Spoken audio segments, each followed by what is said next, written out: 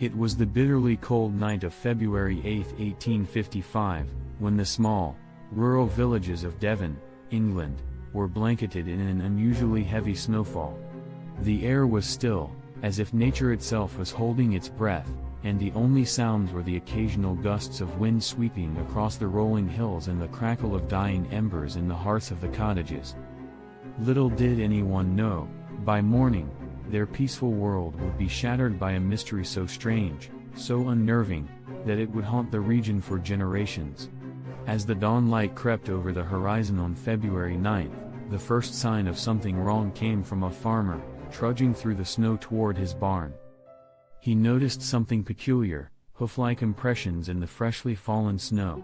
At first, he dismissed them as marks left by one of his animals, but as he followed the trail, a deep unease began to grip him.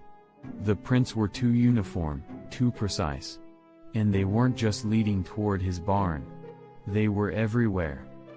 Stretching as far as the eye could see, a single line of cloven footprints carved their way through the untouched snow, perfectly spaced and eerily deliberate.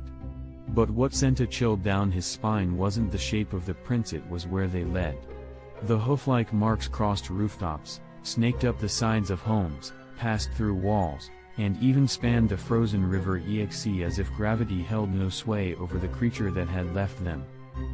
The prints covered miles, over 100 miles, crossing through villages, fields, forests, and rivers in a way no human, animal, or machine could have ever managed.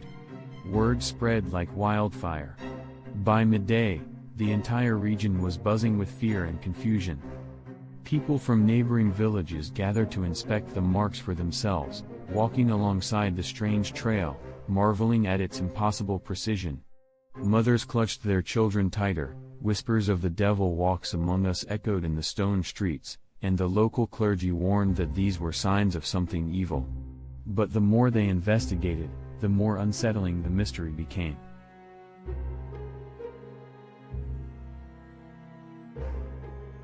The prints led straight through solid objects, crossing stone walls without interruption, as if whatever left them passed through matter itself.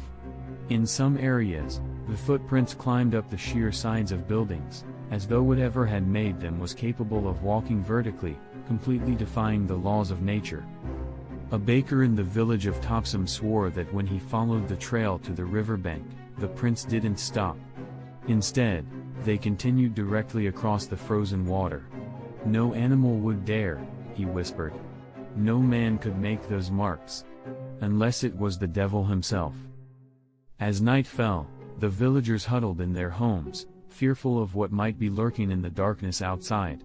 What kind of creature could move like this? Some suggested a kangaroo, as bizarre as it sounded, though no one could explain how such an animal would arrive in Devon or why it would travel in such a straight, deliberate line for so many miles. Others claimed it was a prank, an elaborate hoax orchestrated by someone with too much time on their hands. But even the most skeptical admitted it would have taken an enormous amount of effort to create such a mystery. By the time the sun rose again, there was no answers, only more questions.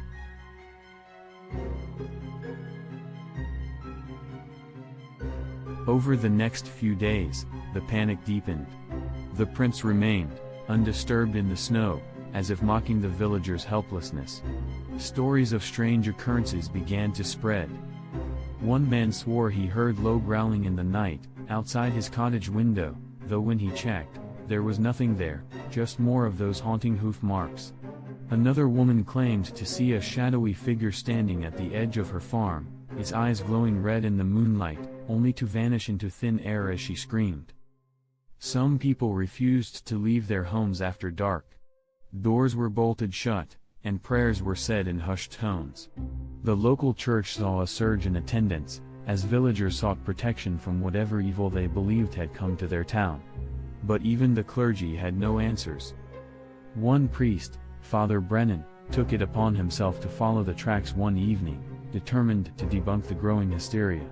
He gathered a group of men, torches in hand, and set off to trace the footprints into the nearby woods.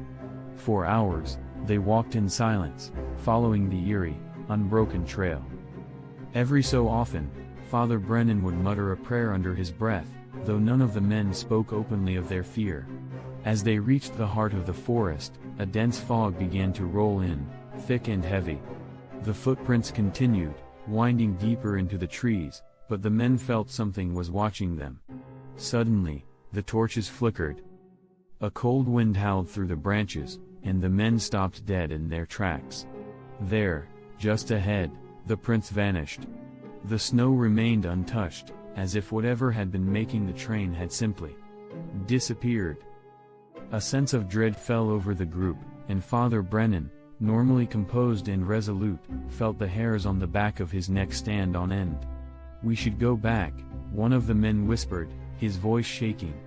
No one argued. The mystery was never solved.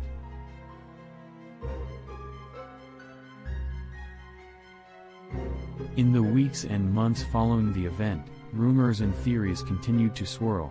Some said it was a wild animal, perhaps a deer or a badger, though none of those creatures could explain the size, shape, or path of the prints. Others whispered that it was the devil himself, searching for wayward souls in the dead of winter. The story of the devil's footprints spread beyond Devon, becoming a nationwide curiosity and even appearing in newspapers across the country. As time passed, the snow melted, and the prints vanished into memory. But the terror remained. Even today, over 160 years later, the story of the devil's footprints endures, a chilling reminder of something inexplicable, something that defied all logic. Historians, scientists, and paranormal investigators have all attempted to solve the riddle, offering explanations ranging from mass hysteria to hoaxes, but none have been able to explain the sheer scale of the phenomenon. Some say it was a natural occurrence, a series of strange atmospheric conditions that somehow left these bizarre impressions. Others hold fast to the belief that something unnatural, perhaps even demonic, walked across the frozen countryside that night. Whatever the truth may be, this is certain: the devil's footprints remain one of the most haunting and mysterious events in the history of the UK. Others hold fast to the belief that something unnatural, perhaps even demonic, walked across the frozen countryside that night. Whatever the truth may be, one thing is certain: the devil's footprints remain one of the most haunting and mysterious events in the history of the UK.